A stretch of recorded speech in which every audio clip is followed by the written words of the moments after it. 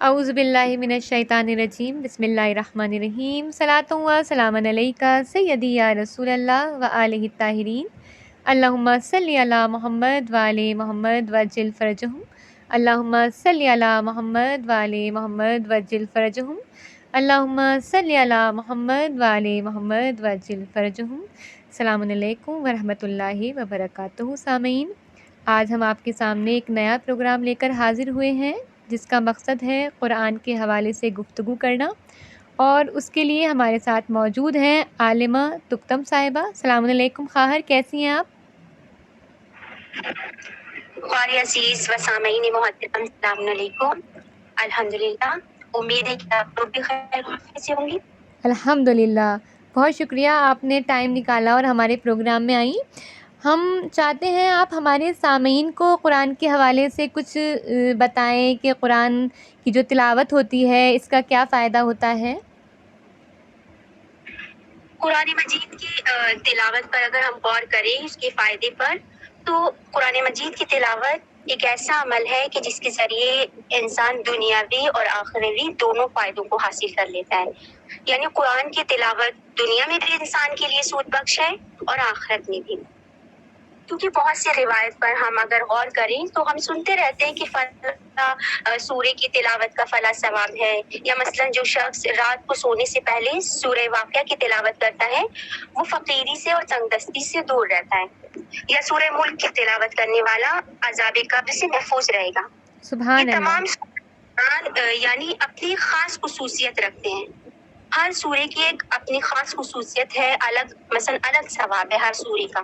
لیکن اگر ہم اس بات سے غافل نہ ہوں کہ قرآن کی صرف تلاوت کرنا کافی نہیں ہے، ہمیں جو ہے قرآن کی تلاوت کے ساتھ ساتھ اگر ہم اس کا ثواب حاصل کرنا چاہتے ہیں تو ہمیں اس پر غور و فکر بھی کرنا چاہیے، اور اس کی تعلیمات کو اپنی زندگی میں اتارنے کی کوشش کرنی چاہیے، اپنی زندگی کو اس کی تعلیمات کے مطابق بنانے کی کوشش کرنی چاہیے، تبھی ہم جی قرآن بے کے شک۔ ثواب کو طور پر حاصل کر سکتے ہیں۔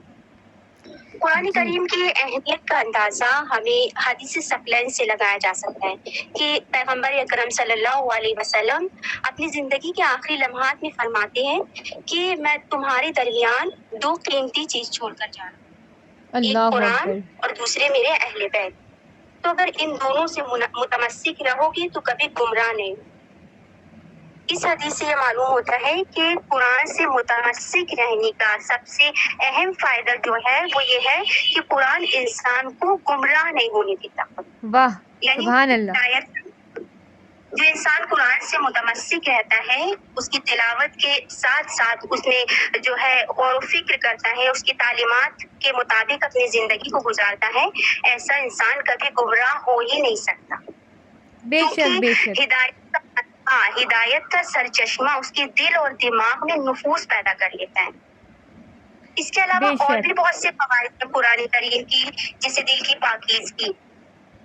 تلاوت قرآن گناہوں سے زنگالود دلوں کو پاک کر دیتا ہے، سبحان کیونکہ اللہ۔ پیغمبر اکرم صلی اللہ علیہ وآلہ وسلم فرماتے ہیں کہ بے شک دلوں پر لوہے کی طرح زنگ لگ جاتی ہے۔ بے شک۔ کسی نے سوال کیا، یا رسول اللہ اس زنگ کو صاف کیسے کریں؟ تو پیغمبر فرماتے ہیں کہ تلاوت قرآن کے ذریعے۔ اللہ اکبر۔ تلاوت قرآن گناہوں کے زنگالو دلوں کو پاک کر دیتی ہے۔ سبحان اللہ۔ تو ایک یہ فائدہ ہے کہ انسان کا دل جو ہے جو زنگالود ہو چکا ہے، تلاوت قرآن اس کو پاک کر دیتی ہے۔ ایک اور فائدہ ہے وہ یہ ہے کہ تلاوت قرآن سے گھر کی خیر اور برکت میں اضافہ ہوتا ہے، چونکہ پیغمبر سبحان اللہ اکرم صلی اللہ علیہ وآلہ صلی وسلم اللہ علیہ فرماتے وسلم۔ ہیں کہ جس گھر میں تلاوت قرآن کثرت سے کی جاتی ہے، جس گھر میں زیادہ قرآن پڑھا جاتا ہے، اس گھر کی خیر و برکت میں اضافہ ہوتا ہے، اور اہل سبحان خانہ اللہ۔ جو گھر میں رہتے ہیں وہ اس برکت سے، اس خیر و برکت سے مدتوں لطف اندوز ہوتے ہیں، یعنی کم وقت کے لیے نہیں ہوتی وہ خیر و برکت، مدتوں کے لیے ہوتی ہے۔ اور سبحان پھر اللہ۔ پیغمبر فرماتے ہیں کہ وہ گھر آسمان والوں کے لیے اس طرح چمکتا ہے جیسے زمین والوں کے لیے آسمان پر ستارے چمک۔ اللہ اکبر، اللہ اکبر۔ امام سجاد علیہ السلام و امام صادق علیہ السلام فرماتے ہیں کہ جو شخص قرآن کریم کے ایک لفظ کو سنتا ہے، صرف سنتا ہے، ابھی اس نے قرات نہیں کی ہے، تلاوت نہیں کی ہے، جو سنتا ہے قرآن مجید کے لفظ کو تو خدا بند عالم اس لفظ کے سننے کے عوض میں اس کی ایک نیکی میں اضافہ کر دیتا ہے اور اس کے سبحان اللہ، ایک گناہ کو بخش دیتا ہے اور اس واہ، کے مقام کو ایک درجہ بلند کر دیتا ہے۔ بے دیکھیے شک، کتنا مہربان ہے خدا بند۔ یہ صرف قرآن کے سننے کا ثواب ہے، ابھی انسان نے تلاوت نہیں کی ہے، اگر تلاوت کرے اور اس پر عمل کرے تو اس کا کیا ثواب ہوگا۔ بے شک، بے شک، بے شک، بے شک۔ بہت شکریہ خواہر، آپ نے ہمیں تلاوت کے فائدے بتائے۔ تو اکثر ہم نے دیکھا ہے کہ لوگ ایسے ہوتے ہیں کہ بالکل بھی ان کی زندگیوں میں صرف اب یوٹیوب، فیس بک، انسٹا یہی سب ہو کر رہ گیا ہے، لوگ تلاوت قرآن نہیں کرتے اور تلاوت قرآن سے پیچھے ہٹتے جا رہے ہیں۔ تو خواہر ایسے لوگوں کے لیے آپ کیا بتائیں گی کہ قرآن کی تلاوت نہ کرنے کے کون کون سے نقصانات ہو سکتے ہیں؟ یہ بھی بہت اہم سوال ہے ہم لوگوں کے لیے کہ جو قرآن سے غافل رہتے ہیں، بے توجہی اختیار کر لیتے ہیں قرآن سے۔ ہمارا یہ جاننا بہت ضروری ہے کہ تلاوت قرآن میں اگر ہم کوتاہی کرتے ہیں تو ہم کن مشکلات میں گر جائیں گے۔ امام صادق علیہ السلام فرماتے ہیں اس کے بارے میں کہ جو لوگ قرآن سے بے توجہی اختیار کرتے ہیں تو امام صادق فرماتے ہیں اس کے بارے میں کہ جس گھر میں قرآن نہیں پڑھا جاتا اور جس گھر میں خدا کو یاد نہیں کیا جاتا وہ گھر 3 مشکلات میں گرفتار ہو جاتا ہے۔ پہلی مشکل کیا ہے؟ اس گھر کی برکتیں کم ہو جاتی ہیں، یعنی جس گھر میں تلاوت قرآن نہ کی جائے اس گھر کی جو ہے برکتیں کم ہوتی چلی جاتی ہیں، ہاں، بے اس شک، گھر بے سے شک، رزق کم ہو جاتا ہے، فقیری ایسے گھروں میں آ جاتی ہے، بے شک، اس گھر کے لوگ ہمیشہ مالی پریشانیوں میں گھرے رہتے ہیں۔ بے دوسرا شک، نقصان ہے کہ اس گھر کو فرشتے ترک کر دیتے ہیں۔ جس گھر میں قرآن نہ پڑھا جائے، تلاوت قرآن نہ کی جائے، وہاں پر فرشتوں کا نزول بند ہو جاتا ہے۔ دیکھیے فرشتے خدا کی طرف سے آتے ہیں تو خدا کی طرف سے وہ خاص فضل لے کر آتے ہیں، خاص رحمتیں لے کر آتے ہیں۔ تو جن گھروں میں تلاوت قرآن نہیں ہوتی، خدا کو نہیں یاد کیا جاتا، وہ گھر خدا کی اس خاص فضل سے، خدا کی اس خاص رحمتوں سے محروم رہتے ہیں۔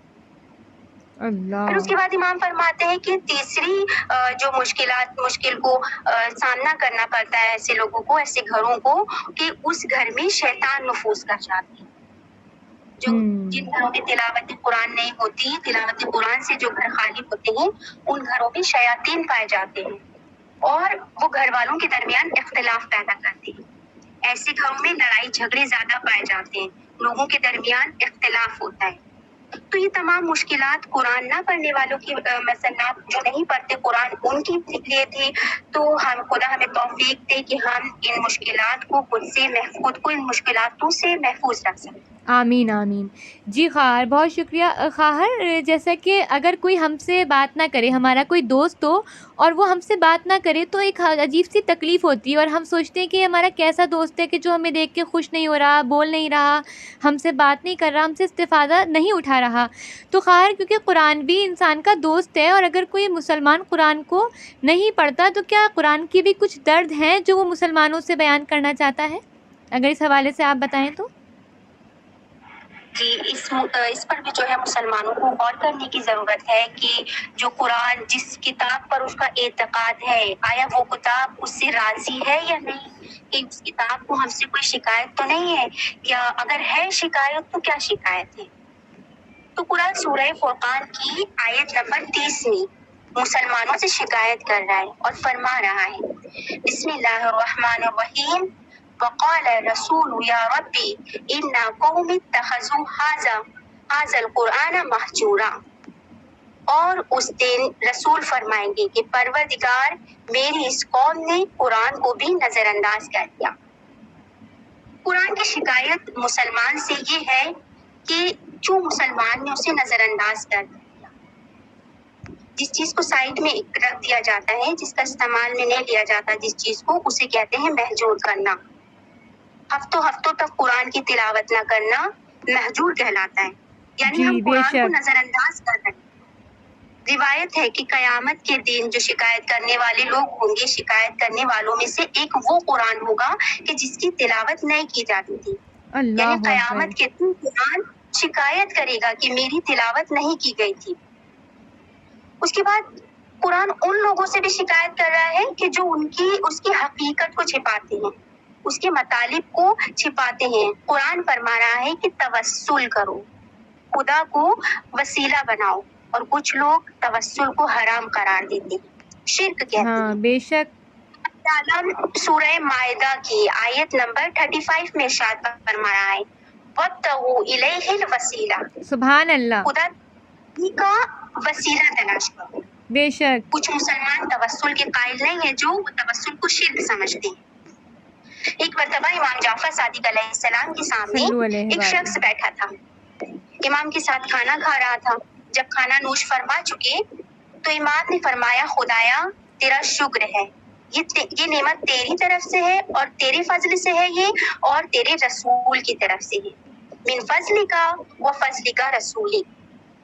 وہاں موجود ایک شخص نے اعتراض کیا، یبنا رسول اللہ ھذا شرک، یہ شرک ہے، ساری نعمتیں خدا کی طرف سے ہیں۔ امام نے فرمایا کیا تم نے قرآن نہیں پڑھا؟ اگر تم قرآن سے آشنا ہوتے تو ایسا نہ کہتے، کیونکہ قرآن میں خدا فرما رہا ہے اغنا اللہ و رسولہ، خدا اور اس کے پیغمبر نے تمہیں بے نیاز کیا ہے۔ واہ واہ، کیا سبحان ہم اللہ۔ ڈاکٹر کا شکر ادا نہیں کرتے؟ شفائے اصلی خدا کے ہاتھ میں ہے، خدا ہمیں اصلی شفا دیتا ہے، لیکن وسیلہ کون بنتا ہے؟ ڈاکٹر۔ کیا بے خدا شک۔ قدرت نہیں رکھتا تھا کہ حضرت یعقوب علیہ السلام کو مستقیم طور پر ان کی آنکھوں کی بینائی واپس کر دیتا؟ کیوں بے حضرت شک۔ یوسف کے کرتے کے ذریعے حضرت یعقوب کی آنکھوں کی بینائی واپس آئی؟ بے امام شک، حسین بے علیہ شک۔ السلام کو وسیلہ بنائیں، ان کی ذریعہ شفا ہے، معصومین کے روضے مقدس ہمارے لیے شفا ہے، اور بے شک ان کے وسیلے سے دعائیں مستجاب ہوتی ہیں۔ جو قرآن سے آشنا ہوتے ہیں، جو قرآن کو جنہوں نے پڑھا ہوتا ہے، وہ توسل کو شرک نہیں کہتے۔ ایک اور بے جگہ شک۔ قرآن جو ہے ہم سے شکایت کر رہا ہے، وہ ہے سورہ بقرہ کی آیت نمبر 85 میں افتؤمنون ببعض الکتاب وتکفرون ببعض۔ قرآن ان مسلمانوں سے شکایت کر رہا ہے کہ جو قرآن کے بعض احکام جو اس کے فائدے کے ہوتے ہیں، اس کے منافع کے ہوتے ہیں، اس پر عمل کرتے ہیں، اور جو ان کے فائدے کے نہیں ہوتے اس پر عمل نہیں کرتے۔ مثلا نماز پڑھتے ہیں، خمس نہیں دیتے، یا عبادتیں انجام دیتے ہیں، حجاب نہیں کرتے، یا حجاب کرتے ہیں، کسی دینی تقریب میں شرکت کرنی ہو، مثلا مجلس میں جانا ہو، محفل میں جانا ہو تو حجاب کے ساتھ شرکت کرتے ہیں، لیکن یہی اگر غیر دینی تقریب میں شرکت کرنی ہو یا شادی میں جانا ہو تو حجاب نہیں کرتے۔ ایک عالم دین اپنی مجلس میں فرماتے ہیں کہ دین کوئی شاپنگ مال نہیں ہے کہ جو چیز اچھی لگے اسے لے لیا اور جو اچھی نہ لگے اسے نہیں لیا۔ دین ایک پیکیج ہے، اس کو پورا ویسے ہی لینا ہوگا جیسا دیا جائے، یعنی اس کے سبحان تمام اللہ۔ احکامات پر عمل کرنا ہوگا، نہ کہ جو ہم انتخاب کریں اس پر عمل کرنا ہوگا۔ اللہ اکبر۔ قرآن ایک پزل کی طرح ہے کہ جس کی تصویر میں یعنی ہر پارٹ کو اس کی تصویر میں جوڑنا ہوگا۔ کوئی ایک بھی حصہ اگر ہم اس میں نہیں جوڑتے ہیں تو تصویر ناقص ہے، انکمپلیٹ ہے۔ بے اسی شک۔ طرح قرآن کے تمام احکامات ہیں، یعنی ہم اگر تمام احکامات پر عمل کریں گے تبھی ہم صحیح معنی میں جو ہے ایک مسلمان واقعی کہلائیں گے۔ تو یہ بے تمام شک۔ شکایت ہے قرآن کی ہم سے، ہمیں کوشش کرنی چاہیے کہ قرآن کی ان شکایات کو دور کر سکیں جو اور ایک خود کو ایک مسلمان حقیقی بنا سکیں۔ بے شک، بے شک، بے شک خواہر، آپ نے بہت پیاری باتیں کی، اور بس میرا آخری سوال ہے آپ سے۔ خواہر، ہم یہ اکثر دیکھتے ہیں کہ امام حسین علیہ السلام نے نوک نیزہ پر بھی قرآن پڑھا، اور ہم یہ بھی دیکھتے ہیں کہ شب عاشور امام حسین علیہ السلام کے خیموں سے تلاوت قرآن کی اس طرح سے آواز آ رہی تھی کہ روایت میں ہے جیسے کہ شہد کی مکھیوں کی بھنبھناہٹ۔ تو ہم یہ دیکھتے ہیں کہ آج کے جو یوتھ ہیں، شیعہ ہیں، وہ قرآن سے بہت دور ہیں۔ تو کیونکہ مسلمانوں کو تو قریب ہونا ہی چاہیے قرآن سے، لیکن مسلمانوں میں بھی اگر امام حسین کی جو شیعہ اپنے آپ کو کہتے ہیں وہ قرآن سے زیادہ قریب ہوں، تو آپ اس بارے میں کیا کہنا چاہیں گے؟ انہیں زیادہ قریب ہونا چاہیے شیعوں کو قرآن سے؟ ویسے تمام تمام ہی مسلمانوں کو زیادہ سے زیادہ قرآن کی تلاوت کرنی چاہیے، لیکن جو شیعہ نے اہل بیت ہے ان کو اور زیادہ تلاوت کے قرآن پر توجہ دینی چاہیے، کیونکہ ہم اہل بیت کے ماننے والے ہیں، لہٰذا ہمیں انہی کی طرح اپنی زندگی بسر کرنی چاہیے۔ اگر ہم غور کریں اہل بیت علیہ السلام کی زندگی پر تو ہم دیکھیں گے کہ اہل بیت کثرت کے ساتھ تلاوت قرآن کیا کرتے تھے، جیسا کہ آپ نے ابھی فرمایا کہ امام حسین نے نوک نیزہ پر بھی، یعنی شہادت کے بعد بھی انہوں نے تلاوت قرآن سے خود کو مثلا غافل نہیں رکھا، شہادت کے بعد بھی امام حسین نے نوک نیزہ پر تلاوت قرآن کی۔ اللہ اکبر۔ امام کی جب مدینے سے ایران تشریف لے کر آ رہے تھے تو راوی کہتا ہے کہ امام رضا علیہ السلام ایک دن میں 10 پاروں کی تلاوت کیا کرتے تھے۔ 10 اللہ پارے اکبر۔ بہت ہیں، مثلا کم نہیں ہے 10 پارے۔ امام مسافر ہے، راستے میں ہے، اس کے باوجود تھکن ہے، سفر کی تھکان کے باوجود امام ایک دن میں 10 پارے پڑھتے تھے، 10 پاروں کی تلاوت کرتے تھے۔ اس کے بعد امام فرماتے ہیں کہ میں 10 پاروں کی تلاوت اس لیے کرتا ہوں کیونکہ میں چاہتا ہوں کہ اس پہ غور و فکر کروں، غور و فکر کے ساتھ پڑھوں، اس پر تدبر کروں۔ یعنی امام ہمیں یہ بھی بتانا چاہ رہے ہیں کہ قرآن میں غور و فکر کرنا زیادہ ضروری ہے۔ یہ ضروری نہیں ہے کہ ہم زیادہ سے زیادہ قرآن پڑھیں، یہ زیادہ ضروری ہے کہ ہم نے کتنا اس پہ تدبر کیا، کتنا ہم اس پر فکر کر رہے ہیں۔ تو بے امام شک۔ کے اس عمل سے یہ معلوم ہوتا ہے کہ ہمیں جو ہے تدبر کے ساتھ، غور و فکر کے ساتھ قرآن پڑھنا چاہیے۔ تو ایک تو یہ وجہ ہے کہ شیعیان اہل بیت کو زیادہ سے زیادہ قرآن پڑھنا چاہیے، کیونکہ ہمارے اہل بیت کی یہی روش رہی ہے، ہمارے اہل بیت کا سیرہ یہی تھا کہ وہ کثرت سے تلاوت قرآن کیا کرتے تھے۔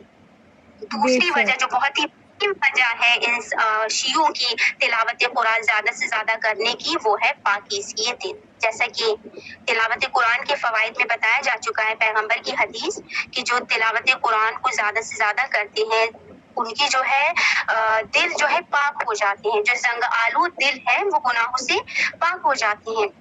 تو ہم شیعان اہل بیت ہیں، ہمیں اپنے دل کو پاک کرنے کی زیادہ ضرورت ہے تاکہ ہم اپنے امام کی نصرت کر سکیں، اپنے امام کے سپاہیوں میں شامل ہو سکیں۔ اگر ہمارے دل جو ہے گناہوں سے زنگآلود ہوں گے تو ہم اپنے امام کی مدد نہیں کر سکتے۔ ہمیں اپنے امام کے لشکر میں شامل ہونے کے لیے، ان کی نصرت کرنے کے لیے ہمیں زمینہ سازی کرنی ہے تاکہ ہمارے امام کا ظہور ہو سکے اور ہم ان کے لشکر میں شمار ہو سکیں۔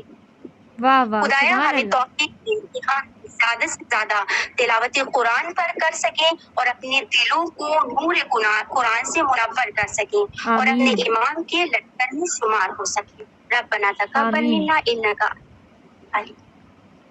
بہت بہت شکریہ خار، آپ نے ہمیں اتنا پیارا میسیج دیا، اور مجھے یقین ہے کہ ہمارے سننے والوں کو، سامعین کو بہت بہت سیکھنے کو ملا ہوگا، اور آپ نے اتنی پیاری پیاری باتیں، اتنی پیاری پیاری روایات ہمیں سنائی ہیں قرآن کے حوالے سے۔ جزاک اللہ خیر تکتم کہ آپ نے ہمیں وقت دیا، اتنے بزی شیڈیول میں سے آپ نے ہمیں وقت دیا، آپ کا بہت شکریہ۔ اور انشاءاللہ کہ میں دعا گو ہوں پروردگار عالم مجھے بھی اور ہمارے سامعین کو بھی قرآن پر عمل کرنے کی بھی توفیق نصیب فرمائے، اور قیامت میں ہم سب کو قرآن پڑھنے والوں میں شمار فرمائے۔ اسی امید کے ساتھ آپ سب سے لیتے ہیں اب ہم رخصت۔ انشاءاللہ پھر ملاقات ہوگی اگلے آنے والے پروگرام میں۔ مجھے بھی دیجیے اجازت، اور مجھے اپنی دعاؤں میں ضرور یاد رکھیے گا۔ وآخر دعوانا ان الحمد للہ رب العالمین۔